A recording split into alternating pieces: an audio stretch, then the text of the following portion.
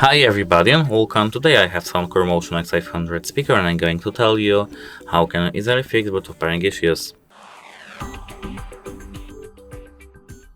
So as first we have to go into settings of our Android device or iPhone device and go into Bluetooth or connected devices. Here we have to go into connection preferences if you are on Android. If you are on iOS, disable Bluetooth now.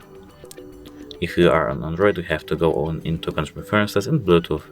Here, disable Bluetooth for a moment, for example 10 seconds, and during that process we have to turn off our speaker. After these 10 seconds we have to turn our speaker back on and enable Bluetooth. Now we have to go into pairing mode by clicking the Bluetooth button, and now we can have to check if we can connect. If we can't connect, we have to do a hard reset. To do a hard reset, check our video on our channel.